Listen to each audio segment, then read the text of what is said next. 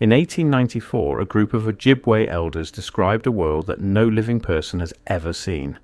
Not a spirit world, not a creation myth, not a story about gods or supernatural beings. A physical world, a previous version of this planet, documented by trained ethnographers, published through the Wisconsin State Historical Society, and then quietly filed into the archive where inconvenient records tend to end up. What those elders described was a forest. Not the forest that exists today, a forest of trees so massive that entire communities lived inside the hollow base of a single trunk. Trunks wider than 40 feet across at the base, a canopy so high that the ground beneath existed in permanent darkness. Heights the elders described not in feet but in days. It took days to walk from the base to where the light began. The trees were not part of the landscape, the trees were the landscape. And then something ended them. Not gradually. The Ojibwe tradition is explicit. The great trees fell suddenly. What came after was a world of stumps so enormous that generations lived in their shadow before even those remnants disappeared into what we now call geology. That record has been sitting in the archive since 1894. Nobody has ever taken it seriously as a geological document, until you look at what the physical evidence is actually saying. If this investigation is what you have been looking for, subscribe now, leave a comment, and stay with me, because what comes next is not in any textbook.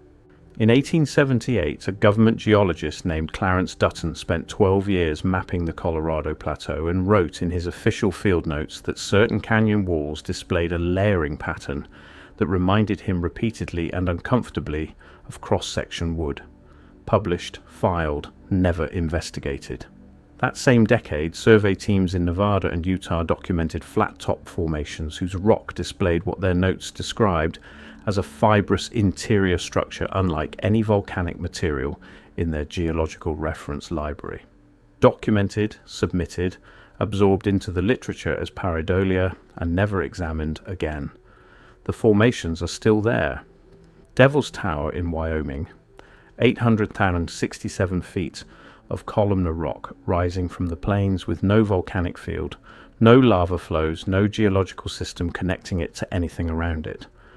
Its walls are arranged in 6-sided columns averaging 6 feet across with a geometric consistency that cooling lava at that scale cannot reliably produce. Every other volcanic plug on this planet sits inside a volcanic system. This one does not. The debris field surrounding its base is described in the park's own official documentation using one specific word. Not rock, not basalt, not erosion material. Logs Table Mountain in South Africa. Its tabletop stretches 3 kilometers end to end at a consistent elevation of 1,086 meters. Flat enough to land a small aircraft. The tepuis of Venezuela, over 1.7 billion years old, each one roughly circular, each crowned with a geometrically precise flat top. Roraima rises 2,810 meters with vertical walls dropping 400 meters straight down on every side. No gradual slope, no transitional geology. Shiprock in New Mexico, 1,583 feet tall, 3 radial dikes extending outward and downward from its base.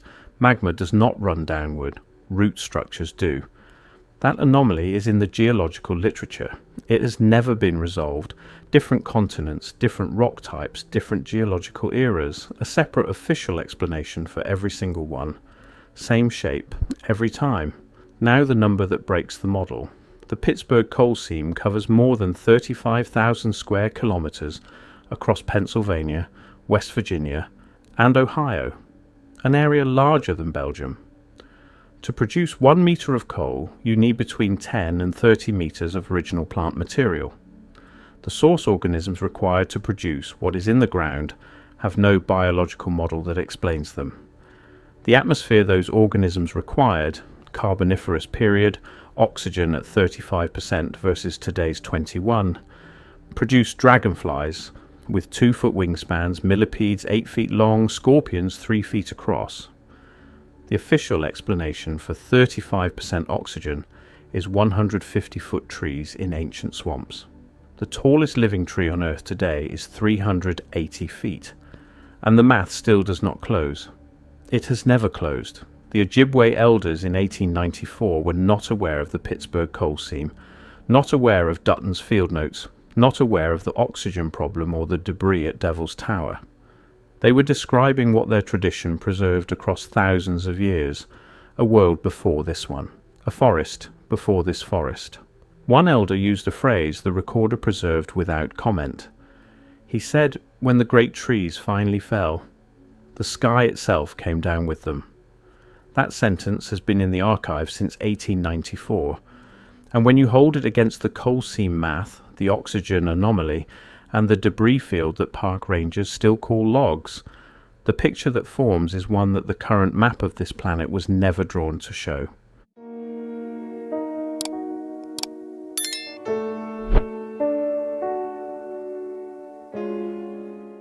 Here is what the official geological record admits if you read it carefully enough. The Carboniferous period ended 300 million years ago. The organisms responsible for every coal seam currently being mined on this planet vanished from the fossil record without a transitional sequence. Not gradually, not through slow generational shrinkage. They were there. Then they were not. Geologists call it the Carboniferous rainforest collapse, a rapid fragmentation of the global forest system, destroyed in what the geological record describes as a geologically instantaneous event. The Ojibwe tradition does not use that term, but the event it describes, sudden total world ending, fits that event with a precision that nobody in either field has ever been asked to explain. Now look at what the fossil record shows immediately before that collapse. Lepidodendron, the scale tree, reached 30 meters tall and 1.8 meters in diameter. Documented, accepted. Prototaxites, still debated, sometimes classified as fungus, sometimes something else entirely, reached 8 meters in diameter at the base alone. But the coal seams those organisms are supposed to have produced require source material accumulated to depths of 18 to 54 meters across areas larger than entire modern countries. A 30-meter tree does not produce a coal seam requiring 54 meters of original plant material. The math requires something significantly larger, and that something has no entry in the fossil record.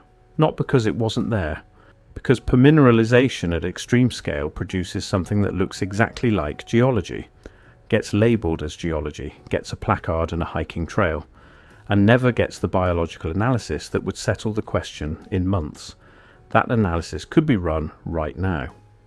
High-resolution internal scanning, the same technology used to find hidden chambers inside the pyramids of Giza without touching a single stone, could be applied to Devil's Tower, to Shiprock, to any flat-topped formation on any continent in a matter of weeks. The cellular structure of permineralized biological material is distinct from volcanic crystalline structure at a microscopic level. It retains the structural memory of what it was, and the cell walls, the growth patterns, the vascular channels that moved water through a living organism. You would know within months. Nobody has looked, not because the technology is unavailable, because no institution will fund the question, and no researcher will publish without funding. And no funding arrives without a peer-reviewed paper that nobody will write without funding. This is not conspiracy. This is how science fails to investigate things that fall outside its categorical assumptions. The category closes, the placard goes up, the question stops being asked. Now here is where the Ojibwe testimony becomes impossible to set aside. The 1894 documentation does not just describe large trees, it describes a complete biological system. The canopy so dense it regulated temperature across entire regions. Root systems so extensive they moved moisture across hundreds of miles underground. The forest did not exist inside the climate, the forest produced the climate. When the great trees fell, the elders described a cascading collapse, not just of the trees, but of everything the trees maintained. Water patterns changed, temperature changed, light changed. What came after was not just a treeless world, it was a fundamentally different atmosphere. That description matches what scientists have modelled for the period immediately following the Carboniferous rainforest collapse. A rapid shift in global oxygen, a destabilization of moisture patterns across continents, a collapse of the biological infrastructure that had maintained the previous atmospheric state. The Ojibwe elders in 1894 were not modelling atmospheric chemistry. They were describing what their tradition remembered, and what they remembered matches the chemistry. One final detail from the 1894 record the recorder noted without knowing what to do with it. The elders described the stumps remaining visible for a very long time after the trees fell. Stumps so large that entire communities built settlements on the flat surface of a single one.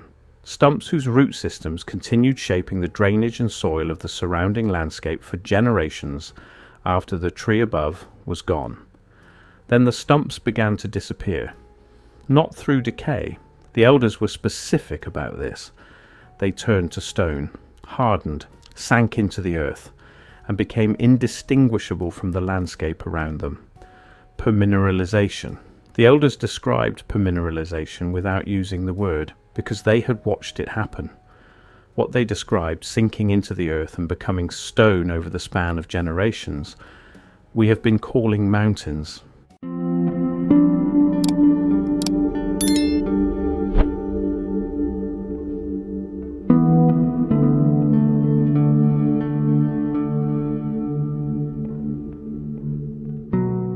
There is a question serious researchers keep arriving at and then stepping back from.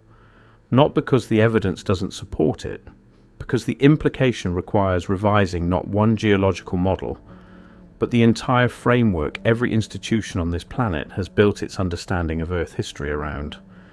If the great trees existed, where did they go so completely that we built an entire science on top of their remains without recognizing what we were standing on? The Permian Triassic extinction, the Great Dying, 252 million years ago, it killed 96% of all marine species, 70% of all terrestrial vertebrates, the largest mass extinction in the history of this planet, in an interval so short it barely registers in the stratigraphic record.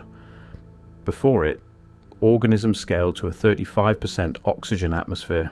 After it, nothing of comparable scale ever returned, not gradually reduced, not fossilized in sequences showing slow shrinkage, gone, as if the conditions that made them possible were destroyed along with the organisms that created those conditions. The Giant's Causeway in Northern Ireland.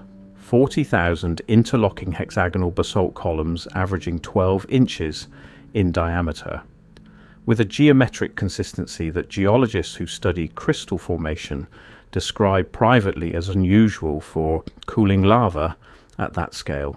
The same formation at Fingal's Cave in Scotland, 120 miles away. Same diameter, same structure at Svartifoss in Iceland, at Alcantara Gorge in Sicily, at Cape Raoul in Tasmania. 5 locations, 3 continents, same dimensions, same geometry. The official explanation for all 5 is cooling lava. What cooling lava does not reliably produce is identical column diameters across 5 formations on 3 continents sharing no connected volcanic event. What does produce consistent diameter across an entire structure is cellular organization, the same process that makes every vascular channel in a living trunk the same size as every other. The Ojibwe described that internal columnar structure in 1894. The geological formations show it on 5 coastlines across 3 continents. Nobody has ever been asked to compare them.